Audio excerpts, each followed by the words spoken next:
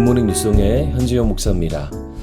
다윗이 화가 잔뜩 나 있는 상황이죠. 나발이라고 하는 사람을 심판하려고 하는 그 마음을 품고 있습니다. 오늘 말씀에 보면 이 나발의 아내인 아비가일이 중간에서 다윗에게 간청하죠. 이 남편을 공격하고 죽게 되는 일은 이 아내인 아비가일에게도 재앙과 같은 일입니다. 아비가일이 어제도 그랬지만 오늘도 어떤 지혜를 발휘하는지 살펴보기 원하는데요. 성경에 나오는 여인들 중에 대부분이 지혜로운 여인들로 묘사를 하고 있습니다.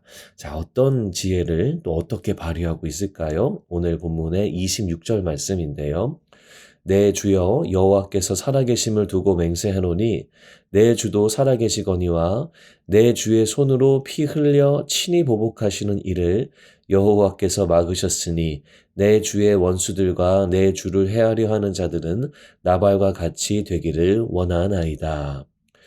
아비가일이 무슨 말을 하고 있냐면 주님께서 살아계시다라는 이야기를 하고 또 다윗을 나의 주, my lord라고도 표현을 하고 있습니다. 그리고 여호와께서 피 흘리심을 막으신다라고 하면서 이 나발은 다윗의 원수와 같은 자다 이렇게 설명을 하고 있는 겁니다. 저는 이 말씀 보면서 특별히 초반에 있는 여호와께서 살아계심을 두고 맹세하노니라고 하는 이 아비가일의 이 고백을 좀 더 집중을 하게 됩니다. 이 모든 극박한 상황 속이잖아요. 이 남편이 죽을 수도 있는 그런 상황 속에서 하나님의 존재를 기억하고 있습니다. 하나님의 살아계심을 생각하고 있습니다. 이 성경 구절 말고도 다른 부분에서도 계속해서 아비가일은 하나님의 이야기를 하고 있어요. 어떻게 보면 다윗에게 이 다윗의 마음을 진정시키고 다윗에게 그의 계획을 철회하는 것, 이것이 굉장히 급한 일일 텐데 결국 하나님의 말씀과 하나님의 존재를 기억하면서 다윗에게 설득하고 있는 겁니다. 지혜라고 하는 것은 결국 여호와를 경외함이다라고 잠언서가 우리 가운데 이야기하잖아요. 우리가 머리 쓰는 지혜에는 한계가 있을 수밖에 없습니다. 하지만 하나님을 두려워하고 하나님을 경외하고 또 그를 존중하는 것, 거기에서부터 진정한 지혜가 나오는 줄로 믿습니다.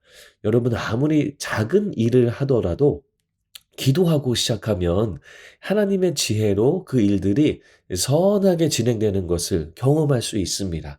기도를 통해서 하나님의 존재를 우리가 기억하게 되고 또 하나님께 의지하게 되는 거죠.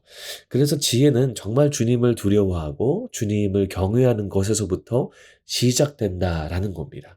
아비가일은 자신의 지혜를 사용하지 않고 하나님을 두려워하고 하나님의 살아계심을 생각하면서 지혜를 발휘했습니다.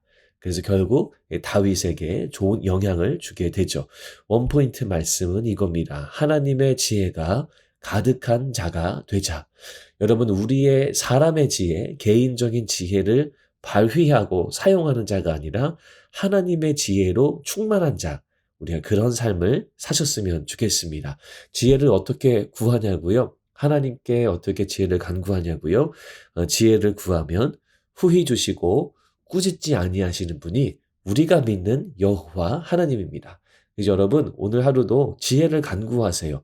하나님으로부터 지혜를 구하세요. 그럼 주님이 꾸짖지 아니하시고 저와 여러분들에게 그 지혜를 후히 주실 줄로 믿습니다. 그래서 하나님이 주시는 지혜로 우리가 세상을 섬기고 또 작은 일이든 큰 일이든 하나님의 선하신 뜻이 나타나도록 우리가 다 주님께 올려드리는 그런 하나님께 속한 그런 놀라운 하루가 되시기를 주의 이름으로 축원합니다. 하나님, 아비가일이 하나님을 경외하는 마음으로 그 지혜를 발휘한 것처럼 오늘 사랑하는 성도님들 삶 속에서도 주님을 경외하는 지혜가 가득한 하루가 되도록 인도하여 주시옵소서. 우리의 사람의 지혜가 아니라 영원한 하나님의 지혜로 주님이 기뻐하신 하루, 또 하나님께서 선하신 것을 나타내시는 놀라운 화요일을 살 수 있도록 인도해 주시옵소서. 예수님 이름으로 기도합니다. 아멘.